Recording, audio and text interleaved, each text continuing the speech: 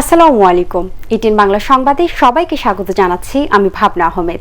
শুরুতেই বিআরবি কেবল সংবাদ শিরোনাম। বিভক্তি নয়, সকলকে ঐক্যবদ্ধ হওয়ার আহ্বান যুক্তরাষ্ট্রের নবনির্বাচিত প্রেসিডেন্ট জো বাইডেনের।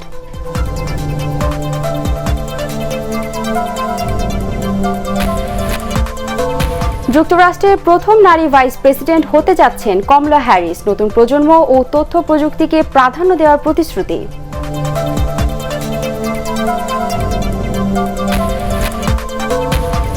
বিজিবির বহরে যুক্ত হল দুটি হেলিকপ্টার। বর্ডার গার্ডকে ত্রিমাত্রিক বাহিনী ঘোষণা করলেন প্রধানমন্ত্রী।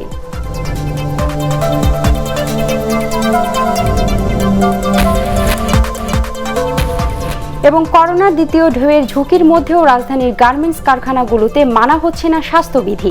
তদারকি নেই অনেক কারখানায়।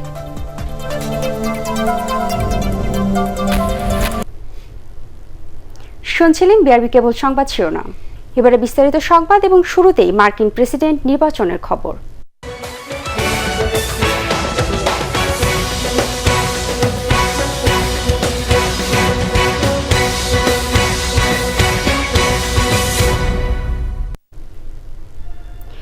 বিভক্তি নয়, সকলকে একতাবদ্ধ হওয়ার আহ্বান জানিয়েছেন যুক্তরাষ্ট্রের নবনির্বাচিত প্রেসিডেন্ট জো বাইডেন।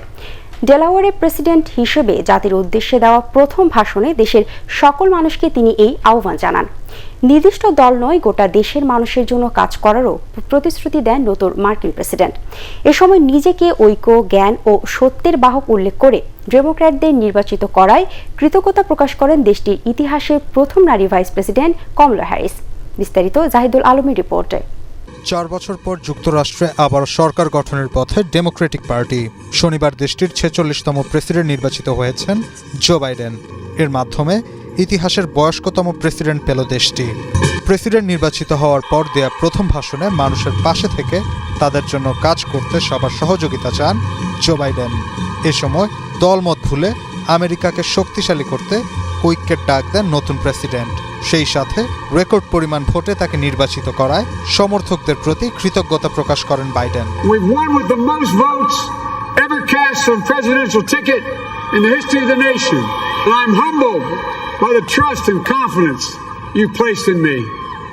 করোনা মোকাবিলা, দেশের ভঙ্গুর অর্থনীতি সংস্কার এবং দেশ ও বিশ্বের সুশাসন প্রতিষ্ঠায় কাজ করার দলীয় লক্ষ্যের কথা জানান যুক্তরাষ্ট্রের প্রথম নারী ভাইস প্রেসিডেন্ট কমলা হ্যারিস।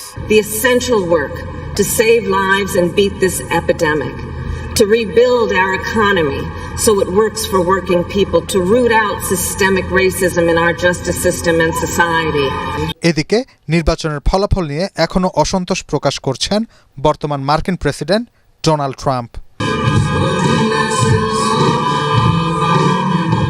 ক্ষমতা পরিবর্তনের বাকি প্রক্রিয়ায় তিনি কিভাবে অংশ নেবেন বা কেমন হতে পারে তার প্রতিক্রিয়া, সেদিকেই এখন নজর বিশ্ববাসীর।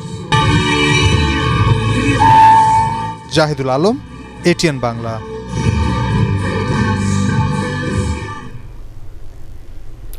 যুক্তরাষ্ট্রের 46তম প্রেসিডেন্ট হিসেবে আগামী জানুয়ারিতে দায়িত্ব নেবেন জো বাইডেন। এর আগে 2 দফায় দেশটির ভাইস প্রেসিডেন্টের দায়িত্ব পালন করেন তিনি। আমেরিকার ইতিহাসে রেকর্ড সংখ্যক ভোট ও সবচেয়ে বেশি বয়সে প্রেসিডেন্ট নির্বাচিত হয়েছেন এই ডেমোক্র্যাট নেতা।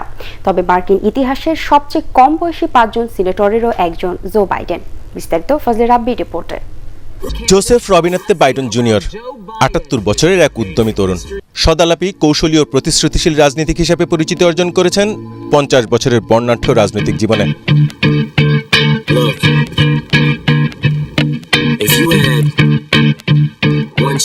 I know Joe Biden. He does not have a mean-spirited bone in his body. He cares about everybody's story. যুক্তরাষ্ট্রের ইতিহাসের অন্যতম সফল প্রেসিডেন্ট বারাক ওবামার 2 মেয়াদে 8 বছর ভাইস প্রেসিডেন্ট ছিলেন জো বাইডেন। এই সময় পেছন থেকে অনেক গুরুত্বপূর্ণ রাজনৈতিক সমীকরণের সমাধানে ওবামার পাশে দেখা যায় এই ঝানু কূটনীতিককে।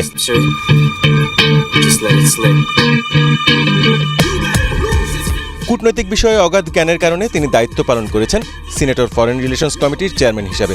সফলভাবে পালন করেছেন সিনেট জুডিশিয়াল কমিটির প্রধানের দায়িত্ব। সোভিয়েত ব্লকে সম্প্রসারণ করেছেন ন্যাটোর পরিধি। এসব কিছু তাকে রাজনৈতিক অঙ্গনে পরিচিতি দেয় আঙ্কেল জো হিসাবে।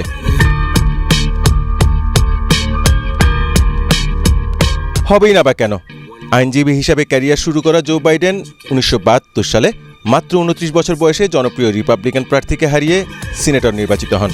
ইতিহাসের সর্বকনিষ্ঠ 5 জন সিনেটরের একজন হিসেবে তখনই সবার দৃষ্টি কাড়েন Joe Biden.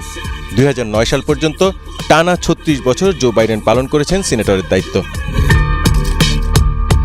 ব্যক্তিজীবনে man of style হিসেবে ফ্যাশন ম্যাগাজিনে জায়গা করে নেন তিনি। পরিবারের সবার প্রতি দায়িত্বশীল তো বটেই, প্রতিদিনের সময় থেকে আলাদা করে তিনি সময় বের করেন পোষা কুকুর চ্যাম্পের জন্য। তবে তার জীবনের সফলতা আর ট্র্যাজেডি পাশাপাশি চলেছে সময়ের ব্যবধান মেনে। সিনেটর নির্বাচিত হওয়ার কিছুদিন পরই সড়ক দুর্ঘটনায় মারা যান স্ত্রী নেলিয়া ও মেয়ে নাওমি। 2015-তে আবারও ট্র্যাজেডি আঘাত হানে তার জীবনে। 5 বছর ব্রেন ক্যান্সারের সাথে লড়াই করে না ফেরার দেশে চলে যান বড় ছেলে বো, যিনি ছিলেন তার রাজনৈতিক বন্ধু। প্রথম স্ত্রী নেলিয়া হান্টারের মৃত্যুর পর 1977 সালে জিল জ্যাকবকে বিয়ে করেন জো। বাইডেন ও জিলের মেয়ে অ্যাশলে এবং ছেলে হান্টার ও তাদের 5 নাতি নাতনি নিয়ে এক সুখী পরিবারের মধ্যমণি নবনির্বাচিত মার্কিন প্রেসিডেন্ট। 1942 সালের 20 নভেম্বর পেনসিলভেনিয়ার এক ব্যবসায়ী পরিবারে জন্ম নেন 46তম মার্কিন প্রেসিডেন্ট জো বাইডেন। ফজলে রাব্বি, এটিএন বাংলা। এদিকে মার্কিন মূল্যকে জো বাইডেন প্রেসিডেন্ট নির্বাচিত হওয়ায় নিউ ইয়র্কের জ্যাকসন হাইটসের বিভিন্ন স্থানে উল্লাসে মেতে ওঠেন প্রবাসী বাঙালিরা। স্থানীয় সময় শনিবার ডেমোক্র্যাট সমর্থিত এলাকা পার্কচেস্টার, চার্চ ম্যাকডোনাল্ড ও জামাইকায় আনন্দ উৎসবে মেতে ওঠেন তারা। প্রবাসী বাংলাদেশিরা মনে করছেন বাইডেনের বিজয়ের কারণে বাংলাদেশিদের জন্য আমেরিকায় বসবাসের পথ আরও সুগম হবে। এছাড়া মার্কিন অভিবাসন নীতিও তার হাতেই আরও সহজ হবে বলে মনে করেন তারা।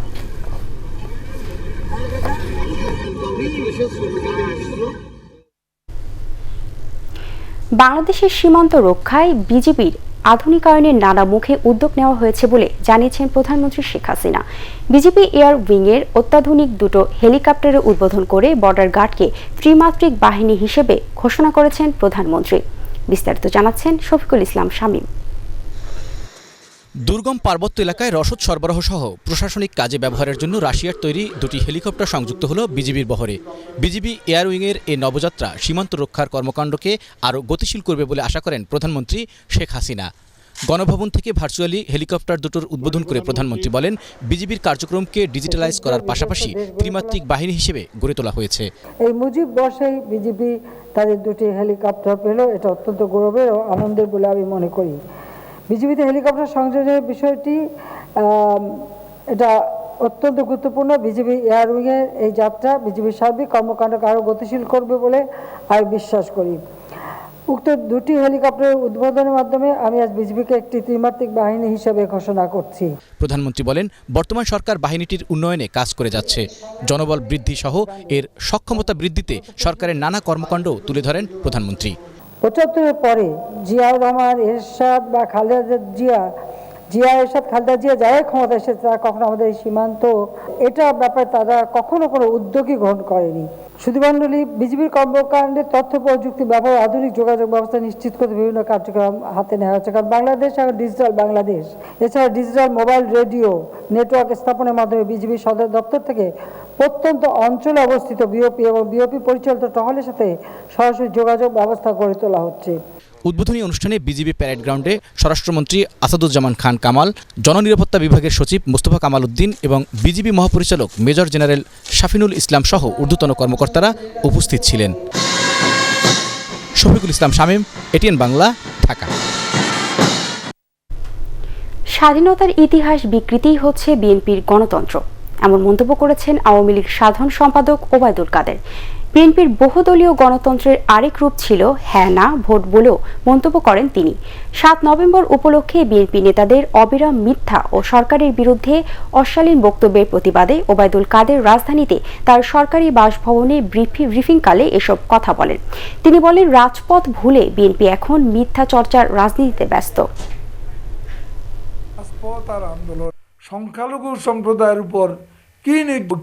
অকুল সাহেব ঠিকই বলেছেন, 3 থেকে 7 নভেম্বরের মধ্যে জাতীয় 4 নেতার কারা অভ্যন্তরে নির্মম হত্যাকাণ্ড সহ অসংখ্য দেশপ্রেমিক, মুক্তিযোদ্ধা, সেনা কর্মকর্তা ও জওয়ান হত্যার মধ্য দিয়ে একজন জেনারেলের ক্ষমতা দখলের স্বপ্ন বাস্তবায়ন তাদের কাছে দ্বিতীয়বারের মতো স্বাধীনতা মনে হওয়াই স্বাভাবিক।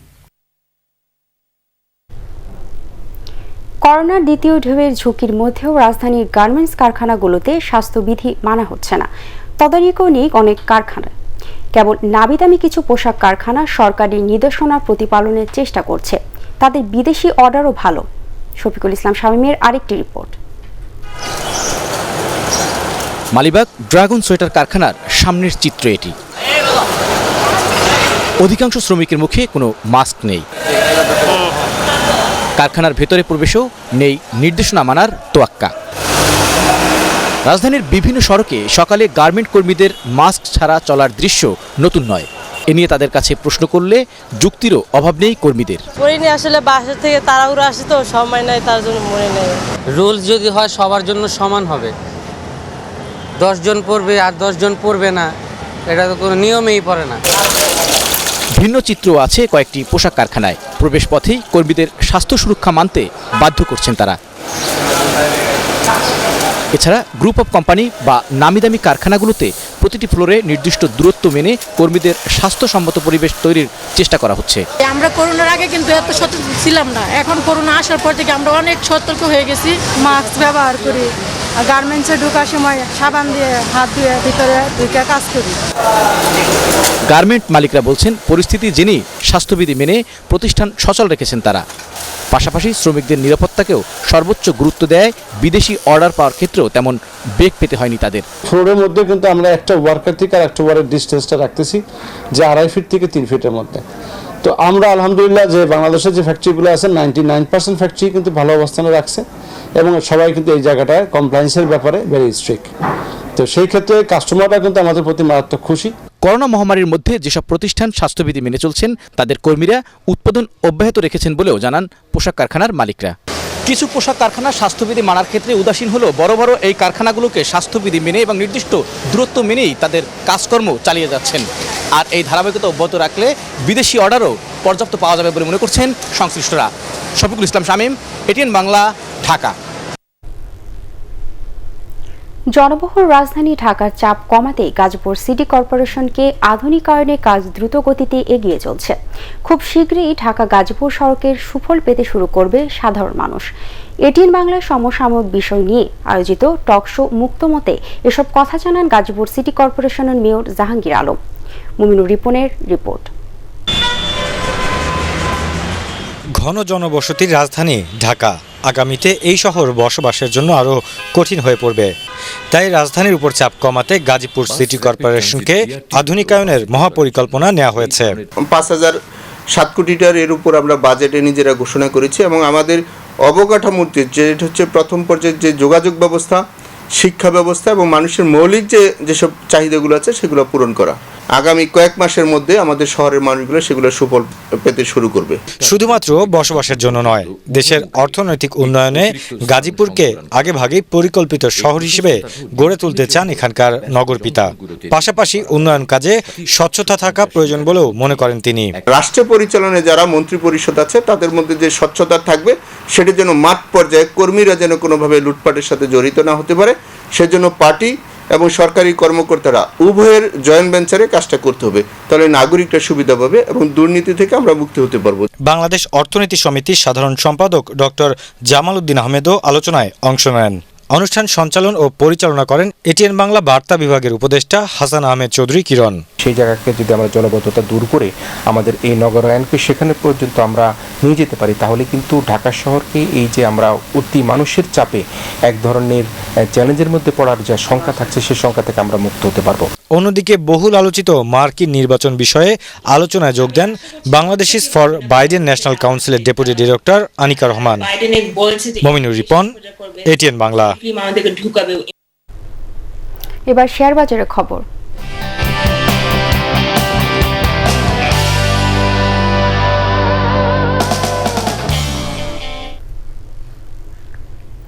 কোহিনূর কেমিক্যাল লিমিটেড শেয়ার হোল্ডারদের জন্য 35% নগদ ও 10% বোনাস লভ্যাংশ ঘোষণা করেছে। সমাপ্ত বছরে কোম্পানির ইপিএস হয়েছে 8 টাকা 32 পয়সা, আগের বছর যা ছিল 8 টাকা 64 পয়সা। সম্পদ মূল্য হয়েছে 49 টাকা 34 পয়সা। আগামী 21 ডিসেম্বর এজিএম অনুষ্ঠিত হবে, রেকর্ড ডেট 26 নভেম্বর। এদিকে পাওয়ার গ্রিড কোম্পানি বিনিয়োগকারীদের 20% নগদ লভ্যাংশ দেবে। ইপিএস হয়েছে 4 টাকা 45 পয়সা ও সম্পদ মূল্য হয়েছে 110 টাকা 39 পয়সা। এজিএম হবে 16 জানুয়ারি এবং রেকর্ড ডেট 26 নভেম্বর।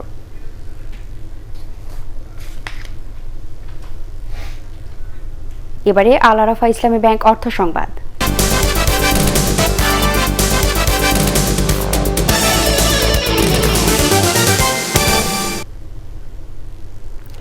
এখন থেকে মোবাইল ফোনের অ্যাপসের মাধ্যমে সরকার নির্ধারিত দামে ঝামেলামুক্তভাবে ধান বিক্রি করতে পারবেন কৃষকরা। নড়াইল খাদ্য গুদামে মোবাইল অ্যাপস উদ্বোধনকালে খাদ্য মন্ত্রণালয়ের সচিব ডক্টর মোসাম্মদ নাজমা আরা খাতুন এ কথা বলেন।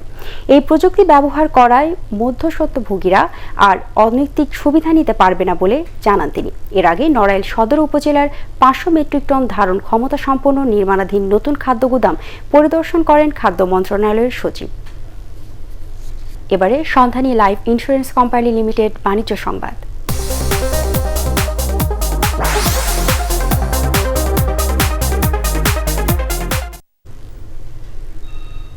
ব্রাহ্মণবাড়িয়ায় সাইট্রাস জাতীয় ফল মালটা চাষ করে স্বাবলম্বী হয়েছেন প্রবাস ফেরত আব্দুল আলিম। চলতি মৌসুমে বাম্পার ফলন হওয়ায় লক্ষাধিক টাকা আয় হবে বলে আশা করছেন তিনি। তাকে দেখে আশপাশের অনেক মানুষও খুব ঝুঁকছেন মালটা চাষে। আব্দুল আলিম জানান, শুরুতে 4টি বাগান দিয়ে মালটা চাষের শুরু হলেও বর্তমানে ছোট বড় মিলিয়ে প্রায় 1800টি মালটার বাগান রয়েছে। সীমান্তবর্তী জনপদে নতুন উদ্যোক্তাদের সংখ্যা বাড়ায় কর্মসংস্থান সৃষ্টি পাশাপাশি হচ্ছে। এবারে পার্টিক্স খেলার খবর।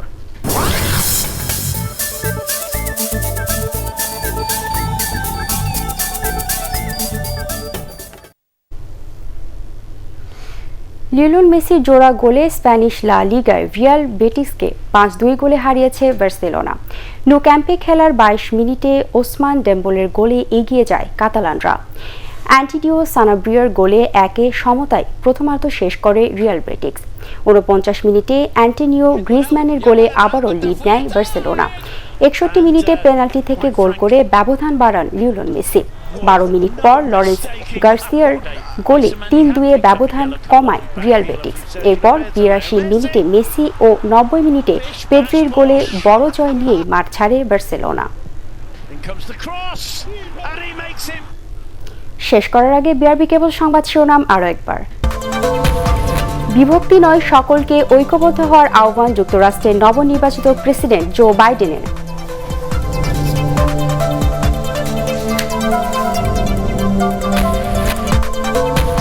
যুক্তরাষ্ট্রের প্রথম নারী ভাইস প্রেসিডেন্ট হতে যাচ্ছেন কমলা হ্যারিস। নতুন প্রজন্ম ও তথ্য প্রযুক্তিকে প্রাধান্য দেওয়ার প্রতিশ্রুতি।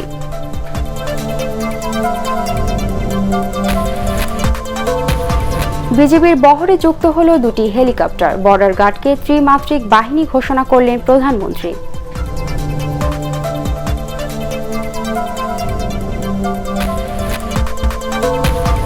এবং করোনা দ্বিতীয় ঢেউয়ের ঝুঁকির মধ্যেও রাজধানীর গার্মেন্টস কারখানাগুলোতে মানা হচ্ছে না স্বাস্থ্যবিধি। তদারকি নেই অনেক কারখানায়।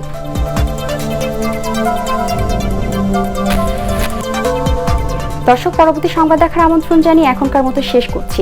করোনা ভাইরাস থেকে নিজেকে সুরক্ষিত রাখতে মাস্ক পরুন এবং বারবার হাত পরিষ্কার করুন। এছাড়া এটিএন বাংলা সংবাদ ইউটিউবে দেখতে ব্রাউজ করুন youtube/ATN বাংলা নিউজ। ধন্যবাদ সবাইকে।